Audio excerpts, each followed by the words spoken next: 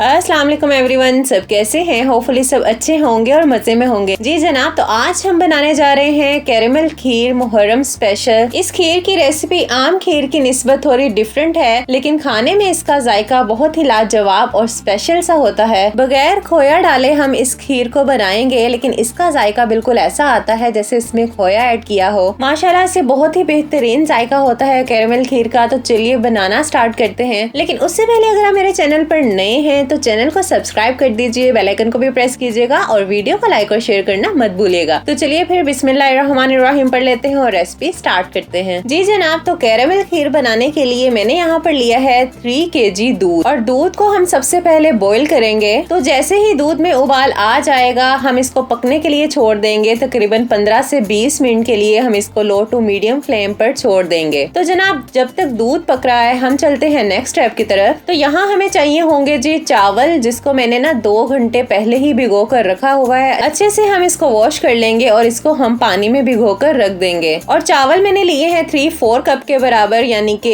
1 cup के 3 हिस्से हम लेंगे और 1 हिस्सा छोड़ देंगे। अब जनाब, हम सबसे पहले इन चावलों को ग्राइंड कर लेंगे। तो इसको मैंने मिक्सिंग के जार में ऐड कर दिया था। थोड़ा सा पानी इसमें ऐड करेंगे और थोड़े से पानी के साथ इसको हम हल्का सा ग्राइंड कर लेंगे। हमने इसकी बिल्कुल फाइन पेस्ट नहीं बनानी, हमने इसको ना दरदरा सा ग्राइंड करना है। ये देखिए, मैं आपको दिखा देती हूँ कि मैंने इसको दरदरा सा ग्राइंड कर लिया है। अब जनाब, दूसरी तरफ दूध को पकते हुए 20 मिनट गुजर चुके हैं और दूध यहाँ थोड़ा सा रिड्यूस भी हो चुका है। अच्छा, खीर बनाने के लिए ना मैंने फुल फैट मिल्क का इस्तेमाल किया है। आप लोग भी खीर बनाने के लिए फुल फैट मिल्क ही इस्तेमाल कीजिएगा। इस दूध से खीर का जायका अच्छा आता है। अब जनाब, 20 मिनट गुजरने के बाद हम इसमें ये जो हम लोगों ने चावल ग्राइंड किए हैं ना, ये वाला मिक्सचर इसमें ऐड कर देंगे। अच्छे से इसको मिक्स कर लेंगे। अब हम इसको लो टू मीडियम फ्लेम पर पकने के लिए छोड़ देंगे, लेकिन बीच में आपने 2 से 3 मिनट बाद इसमें चम्मच चलाते रहना है ताकि खीर नीचे ना लगने लग जाए। फिर जनाब 15 मिनट के बाद हम इसमें इलायची पाउडर ऐड करेंगे 1 टीस्पून। इसका फ्लेवर बहुत अच्छा आता है खीर में। अच्छे से मिक्स कर देंगे। अब यहाँ चावल ऐड करने के बाद 20 मिनट गुजर चुके हैं हमारी खीर को पकते हुए, और इसका जो टेक्सचर है ना, वो ये देखिए आप, क्रीमी सा बन रहा है। उसके बाद ये खीर को मैंने दूसरे स्टोव पर रख दिया था लो टू मीडियम फ्लेम पर पकने के लिए, और यहाँ हम इस स्टोव पर रेडी करेंगे कैरेमल। तो जनाब, मैंने यहाँ पर एक पैन ले लिया था। इसमें हम ऐड करेंगे 1.5 कप से कम चीनी, यानी कि मैंने 1.5 कप से थोड़ी कम चीनी ऐड की थी, जो कि बिल्कुल परफेक्ट रही थी। इसमें हम 3 से 4 खाने के चम्मच पानी के ऐड कर देंगे, और यहाँ हम लो टू मीडियम फ्लेम पर चीनी को मेल्ट कर लेंगे। और ये काम बहुत तसल्ली बख्श है, इसमें आपने बिल्कुल भी जल्दी नहीं करनी, क्योंकि कैरेमल बनाने में थोड़ा टाइम लग जाता है। अगर जल्दबाजी करेंगे तो ये खराब भी हो सकता है। तो जनाब, लो टू मीडियम फ्लेम पर चम्मच चलाते हुए यहाँ आप देख सकते हैं कि मैंने चीनी को मेल्ट कर लिया है। अब जब चीनी मुकम्मल तौर पर मेल्ट हो जाएगी ना, तो आपने बस इसमें ना लो टू मीडियम फ्लेम पर चम्मच चलाते रहना है, क्योंकि एक बार चीनी दोबारा से जुड़ना शुरू हो जाएगी। जब चीनी यहाँ जुड़ना शुरू हो जाएगी, उस टाइम हम यहाँ पर 1.5 टेबल स्पून देसी घी ऐड करेंगे। देसी घी ऐड करने से कैरेमल का जो फ्लेवर है ना, वो बहुत बढ़ जाता है। मैंने यहाँ पर आपको दिखाने के लिए वीडियो की स्पीड तेज की है, मैंने यहाँ पर कटिंग नहीं की। और ये देखिए कि चीनी जो है वो अच्छे से जुड़ गई है। तो चीनी जब यहाँ अच्छे से जुड़ जाएगी ना, तो फ्लेम बिल्कुल लो कर देनी है, क्योंकि इस बार चीनी जुड़ने के बाद अब दोबारा से मेल्ट होगी। अब यहाँ मैंने दोबारा से वीडियो की स्पीड को तेज कर दिया है आप लोगों को दिखाने के लिए कि चीनी किस तरीके से मेल्ट हो रही है। यहाँ मैं मुसलसल चम्मच चलाती जा रही हूँ, और ये देखिए चीनी अच्छे से मेल्ट हो गई है। इसको हम कम्प्लीटली मेल्ट कर लेंगे,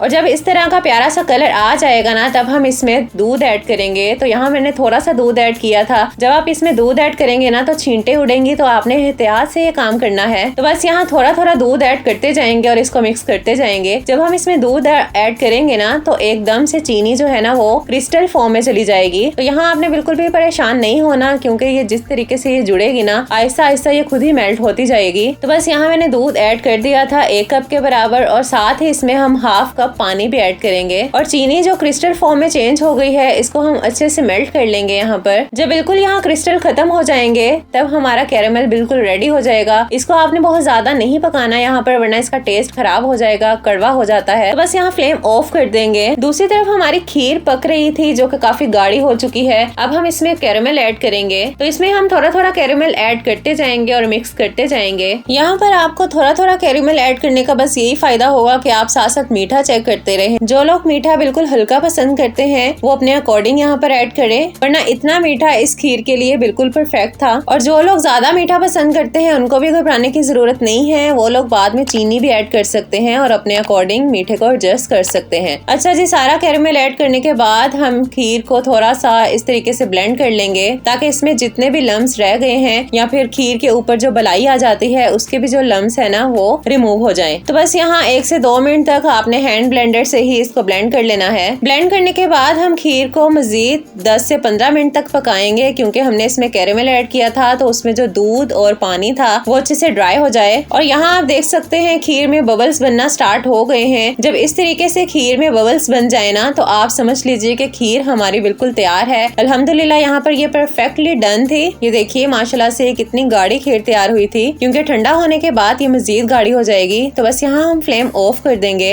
और यहाँ मैंने थोड़े से बादाम और पिस्ता लिए थे क्रश किए हुए गार्निशिंग के लिए। और आज हम खीर को सर्व करेंगे मिट्टी के प्याले और छोटी प्लेट्स में, क्योंकि इन मिट्टी की छोटी प्लेट्स में खीर को खाने का ना वैसे अपना ही मजा होता है। तो बस यहाँ मैंने सारी खीर इनमें ऐड कर दी थी और इनके सेंटर में मैंने इस तरीके से चांदी के वर्क ऐड किए थे और इनके किनारों पर मैंने क्रश किए हुए बादाम और पिस्ता ऐड कर दिए थे। तो माशाल्लाह से ये बहुत ही खूबसूरत लग रहे थे देखने में भी, और खाने में तो ये खीर थी ही लाजवाब। माशाल्लाह से क्या कमाल का टेस्ट था, बहुत जबरदस्त जायका था इसका। आप लोग भी जरूर ट्राई कीजिएगा। यहाँ मैंने खीर को थोड़ा सा ठंडा कर लिया था फ्रिज में रख के, और यहाँ ठंडी होने के बाद देखिए खीर कितनी माशाल्लाह से गाढ़ी है। इसकी आप लुक चेक करें, माशाल्लाह से ये कितनी मजे की लग रही है। तो मिट्टी के बर्तन में ठंडी ठंडी खीर खाने का जो मजा आता है ना उसकी तो क्या ही बात है। आप लोग भी इस रेसिपी को जरूर ट्राई कीजिएगा। होपफुली आपको ये रेसिपी बहुत अच्छी लगेगी खीर की। वीडियो को लाइक और शेयर लाजमी कर दीजिए। फिर मिलेंगे इंशाल्लाह अपने नेक्स्ट वीडियो में। तब तक के लिए अपना बहुत सारा ख्याल रखिएगा, दुआओं में हमें याद रखा करें। अल्लाह हाफिज।